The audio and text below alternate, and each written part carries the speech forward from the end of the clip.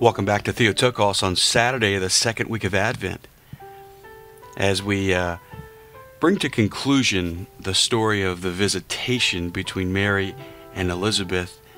We find ourselves with Mary today as she begins her 9-day northern trek back from Judah up to Nazareth.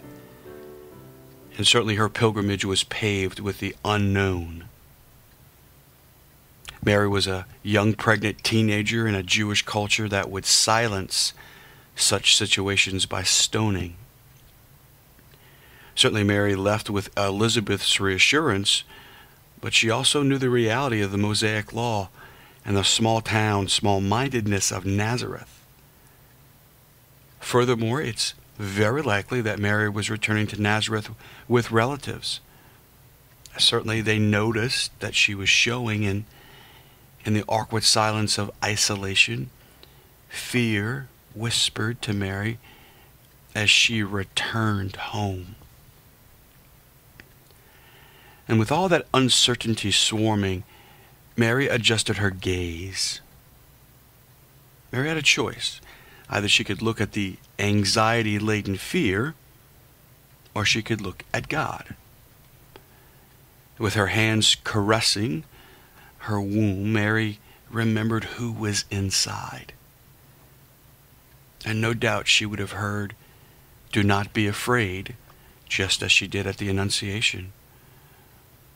No doubt she would have heard, "Nothing is impossible for God," as she heard from the angel Gabriel. Certainly she would have heard, "He has looked upon his handmaid's tapision," as she exclaimed to Elizabeth. Sure, uncertainty remained even as Mary gazed at God. However, looking at fear through the gaze of God is very different than facing the unknown alone. Most of us are afraid of the unknown. And when fear harasses us, we get antsy. Doubt often invades our thoughts, and that gives birth to anxiety. Then, insecure, we easily dwell in fear.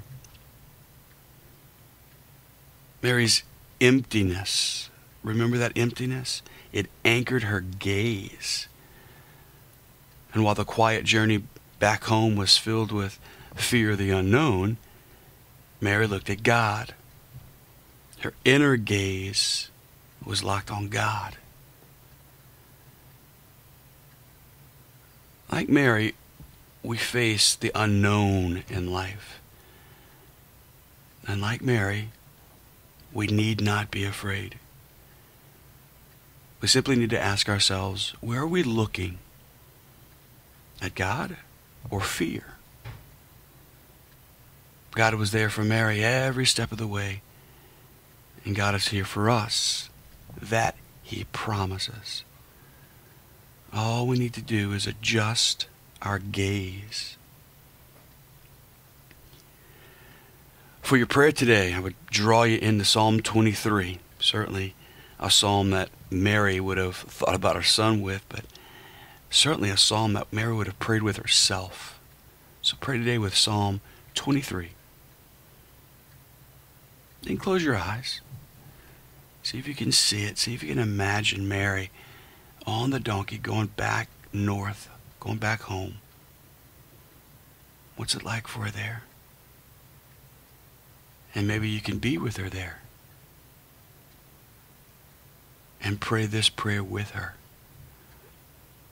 Father, I beg you to reveal to me the lies inside my fear of the unknown. And I beg you to clearly reveal the truth about every one of my fears. God bless you.